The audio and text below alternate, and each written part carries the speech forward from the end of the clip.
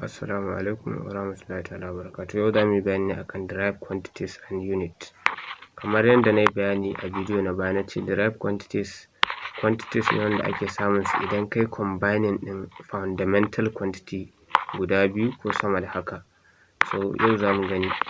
So ga derive quantities nan da kuma unit ɗin su. Quantity derivation wato yanda aka samo su, sannan kuma da unit ɗin su. So na farko a derive quantity ga area nan. So area derive quantity ne wanda an samo shi ta hanyar length times breadth, wato in ka yi length times breadth zai baka area. Da length da breadth dukkan su fundamental quantity ne, so in ka haɗa su sai su baka derive quantity wato area. Sannan unit na area meter square, shi ma an samo shi ne daga unit na length is meter, sannan unit na breadth shi ma meter. So meter times meter sai baka meter squared. Sannan ga volume shi ma derive quantity ne, an samo shi ne ta hanyar length times breadth times height.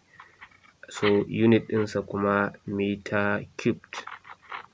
So unit na length is meter, unit na breadth is meter, unit na height is meter. Sai zama meter times meter, meter square times meter, meter cubed. Sannan sai derive quantity na gaba wato density. Density shi ma an samo shi ne daga mass divided by volume. Mass is a fundamental quantity, sannan volume shi kuma derive quantity ne kamar yadda muka gani a nan. So in ka haɗa fundamental quantity divided by volume derive quantity za su ƙara baka wani derive quantity ne wato density. Wato mass over volume equals to density, wanda unit ɗinsa shi ma kuma an samo shi ne daga unit na mass da unit na volume. Unit na mass shi ne kilogram, sannan unit na volume shi kuma shi ne meter cubed. So kaga shi ne unit ɗin nan na mass kilogram ko, sannan divided by unit na volume meter cubed. So wannan faɗin za ka iya rubuta shi, za ka iya yin slash a nan ko kuma ka yi power ɗin ka sa mai -3 kamar yadda kake kallo a nan. So haka yake. Shi yasa idan na ce da aka karanta fundamental quantity a riƙe unit ɗinsu, in an zo nan ne za a ga amfanin su.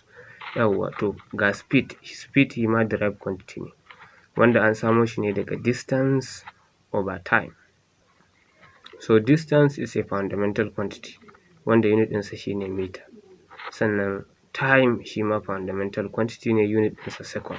Shi yasa unit na speed ya zama meter per second. Unit na distance meter, unit na time second. So unit ɗin time yana ƙasa ne.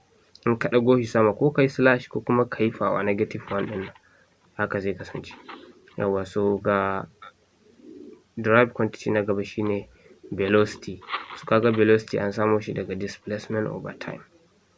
So displacement shi ma unit ɗinsa meter ne, time kuma unit ɗinsa mene second ne. So unit na velocity shi yasa ya zama meter per second. Yawwa, kar ka zama confused da unit na length, da unit na breadth, da unit na height, da unit na distance, da unit na displacement, duka suna da unit ɗaya ne wato meter. So